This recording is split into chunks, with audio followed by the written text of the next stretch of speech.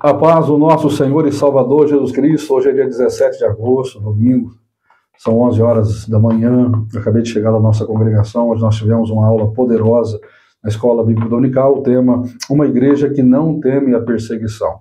Eu tenho até aqui no canal a gravação desta escola bíblica, né? Dessa aula bíblica, dessa lição, mas eu gostaria de gravar neste momento um pós-aula.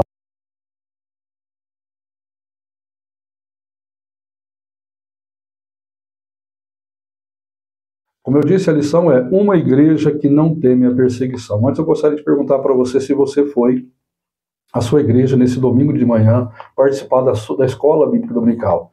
E se você foi, se a sua igreja, se o seu professor de Escola Bíblica Dominical está seguindo a mesma lição que eu estou usando a revista da Escola Bíblica Dominical da CBAD. Nós estamos na aula de número 7. Hoje é dia 17 de agosto, como eu disse. Então nós tivemos uma aula poderosa sobre esse tema, uma igreja que não teme a perseguição. Essa lição, ela traz, a origem dela se baseia em Atos dos Apóstolos, capítulo 5, e também no capítulo 12, quando o apóstolo Pedro, ele é preso devido aos resultados da pregação do Evangelho.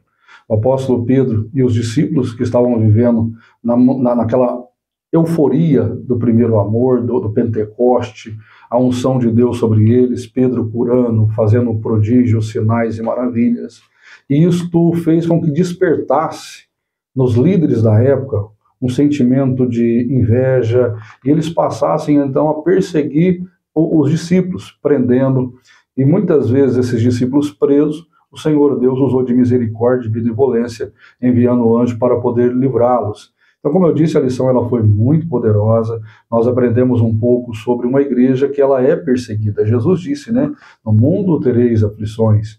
Em Marcos, capítulo número 10, Jesus disse que por causa do nome dele, a igreja seria perseguida. E, de fato, a igreja, durante toda a sua existência, ela tem sido perseguida. O próprio Jesus, o nosso Senhor, foi morto na cruz do Calvário. Os demais discípulos, os apóstolos, todos eles, exceto João, foram martirizados. Nós temos Tiago, nós temos Estevão, que tem o registro de suas mortes ali no livro de Atos dos Apóstolos. A tradição diz que Paulo foi decapitado. Então os primeiros discípulos sofreram muita perseguição. E de fato a igreja ela é perseguida.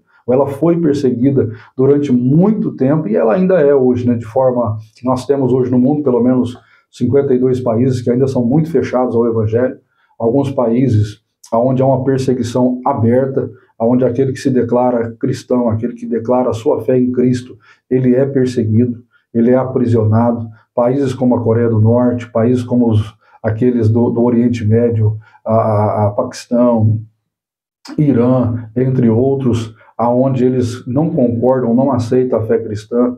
Mas a revista de Escola Dominical ela priorizou muito, ela falou um pouco sobre aquele nascedouro da igreja primitiva e como que a igreja primitiva lidava com a perseguição. Como eu disse, este é um pós-aula e eu quero passar para você algumas impressões que eu tive dessa lição. Essa lição ela foi muito poderosa.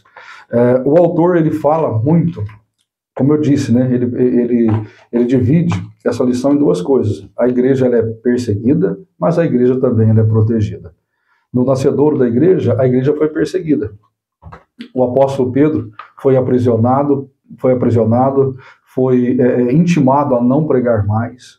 Os saduceus, uma classe religiosa, os saduceus era uma classe religiosa que, de certa forma, ostentava a política ali em Israel, né, diretamente ligado ao templo, perseguiram os cristãos. O autor fala sobre os anciãos, também fala sobre o capitão da guarda que perseguiu, ou seja, o apóstolo Pedro e os discípulos da igreja primitiva enfrentaram ferrenha oposição, mas mesmo eles sendo perseguidos, eles continuavam fazendo aquilo que o Eterno os havia designado a fazer. Então a igreja ela foi perseguida. Pedro foi preso, no capítulo 5 de Atos, o anjo do Senhor o livrou naquele momento. Atos dos Apóstolos, capítulo número 12, também registra a prisão de Pedro, e o anjo do Senhor também o livra. Então a igreja primitiva ela foi perseguida. Como eu disse, Estevão foi apedrejado. De certa forma, a perseguição que veio sobre a igreja naquele momento foi, de certa forma, um gatilho para que eles deixassem Jerusalém, porque Jesus disse, né, que eles seriam revestidos de poder, então eles deveriam sair pelo mundo pregando o evangelho em Samaria, na Judéia e até os confins da terra. Mas depois deles serem cheios do Espírito Santo, batizados com o Espírito Santo, viver aquele momento de glória e de poder, eles não saíram. E foi necessário que viesse uma perseguição para que então eles dispersassem. E dispersando aonde eles iam, eles pregavam e falavam de Jesus. Então a perseguição, de certa forma, foi um combustível para levá-los a outras cidades, a outros lugares e a outras regiões. A igreja primitiva sofreu grande perseguição. Porém, eles não se amedrontaram, eles não desistiram da sua fé, antes eles resistiram fielmente, firmemente, servindo ao nosso Deus. O autor fala isso, né? O primeiro tópico dessa lição fala uma igreja perseguida. E aí ele fala sobre os perseguidores, os saduceus, os anciãos, o guarda do templo. Ele também fala as esferas dessa perseguição, ou seja, foi uma perseguição primeiro na esfera religiosa, os saduceus, e também uma perseguição na esfera política, quando Herodes manda prender Tiago e Pedro, decapita Tiago e prepara para que Pedro seja morto no outro dia, mas o anjo do Senhor vem e traz livramento para Pedro. Então a perseguição em duas esferas. Primeiro, na esfera religiosa, porque Pedro e os discípulos pregavam diretamente contra a atitude dos líderes religiosos da sua época, e eles falavam sobre a pessoa bendita de Jesus. E aquilo era uma afronta para os líderes, eles não aceitavam essa nova doutrina, essa nova mensagem, eles não aceitavam aquela pregação de Pedro. Então eles levantaram grande perseguição por causa da mensagem pregada. E depois tem a perseguição na esfera política, quando Herodes manda matar Tiago, percebe que os judeus gostaram daquilo.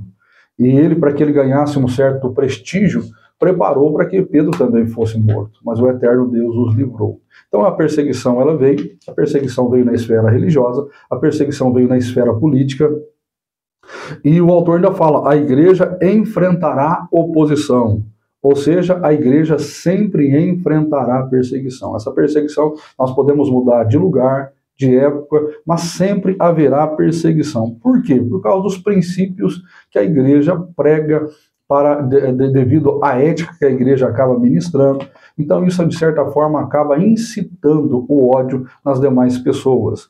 O autor também falou, uma igreja perseguida. Aí, como eu disse, a igreja é perseguida, mas ela é protegida.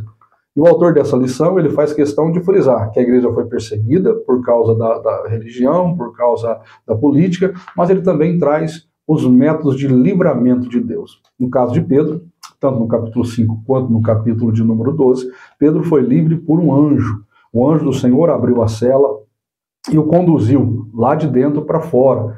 Então o Deus que permite que a igreja é perseguida também é o Deus que também traz livramento e libertação. E os anjos, eles são muito presentes no livro de Atos dos Apóstolos, trazendo libertação para Pedro, estando com Filipe em Samaria, estando com o apóstolo Paulo. Então a presença dos anjos é muito presente na igreja primitiva. Hebreus capítulo 1, versículo 14 diz que eles são seres ministradores que trabalham em favor daqueles que hão de herdar a salvação. Oh, glória a Deus, né? E também uma intercessão da igreja, frisando, capítulo 12 de Atos, que Pedro está preso, mas a igreja faz contínua oração. Uma igreja que ora, uma igreja que busca, uma igreja que intercede, é aquela que Deus ouve e traz livramento para o seu povo. E o valor da oração. Nós não podemos negligenciar o poder da oração. Tiago diz, né, que a oração de um justo, a oração feita por um justo pode muito em seus efeitos. Então, como nós estamos aqui num pós-aula, a intenção não é ler toda a revista, mas é trazer as impressões positivas dessa lição para mim e para você. Essa lição ela foi muito poderosa, porque ela nos traz a ideia como que a igreja primitiva reagiu à perseguição e como que a igreja, ao longo dos séculos também, tem reagido à perseguição, né? Hoje, século XXI, por mais que nós vivemos no Brasil e temos o código, na nossa Constituição, o capítulo 5, né, da Constituição da liberdade de culto, mas nós ainda sofremos uma perseguição. Estados do Brasil e pregadores que pregaram, devido à mensagem confrontadora, acabaram sendo presos e respondem por processo. No mundo todo, nós, como eu disse, existe pelo menos 52 países que são fechados à pregação do Evangelho, lugares onde igrejas são fechadas e incendiadas pastores são mortos, apedrejados, são aprisionados, lugares onde não se pode fazer oração pública. Nós ainda vivemos em tempos, em lugares onde a igreja está sendo perseguida. E como que nós lidamos com a perseguição? A igreja deve lidar com coragem, com audácia, com confiança, com fé, entendendo que o nosso Deus, ele pode trazer livramento e libertação, como no caso de Pedro, que o anjo do Senhor foi até a cadeia para livrá-lo, através da oração da igreja. Então a igreja precisa orar. Nós precisamos orar para que o evangelho seja pregado, mas também precisamos orar pelos missionários que cumprem esse chamado, essa vocação, em terras tão hostis à fé pregada. E por fim, no terceiro tópico dessa lição, é a igreja destemida. Ou seja, aqueles cristãos que foram perseguidos não se amedrontaram, não se acovardaram, não desistiram, não retrocederam. Pelo contrário, eles continuaram dispostos a cumprir a chamada e a vocação que o eterno Deus havia dado a eles. A perseguição não foi capaz de pará-los. Pelo contrário, eles continuaram animados e dispostos a cumprir esta chamada ministerial. O Espírito Santo dava a eles ousadia, confiança, autoridade, para que eles continuassem nessa obra da pregação do Evangelho. E a convicção da fé. Eles, como eu disse, eles não se deixaram amedrontar e se acovardar. Pelo contrário, com fé, com ousadia, com confiança, eles continuaram pregando o Evangelho de Cristo Jesus. Meu amado irmão, que esta lição possa gerar em você esse sentimento de coragem, de fé, essa atitude de fé, mesmo sendo perseguido. Claro, como eu disse, a igreja hoje, principalmente a igreja brasileira, ela está se adaptando à sociedade e muitas vezes nós vivemos uma fé que não é a fé bíblica, não é uma fé confrontadora. Quando nós vivemos e pregamos o Evangelho de Cristo, o Evangelho é um Evangelho confrontador, confronta hábitos, comportamentos, atitudes, e nem todas as pessoas gostam de ser confrontadas, nem todas as pessoas gostam de ser corrigidas, e naturalmente, quando nós nos empenhamos a fazer a obra de Deus, já se levanta perseguição. E é necessário que eu e você, como pregadores, como servos do Senhor, mesmo que soframos perseguição, nós venhamos continuar valentes, firmemente, nessa obra que nós fomos chamados.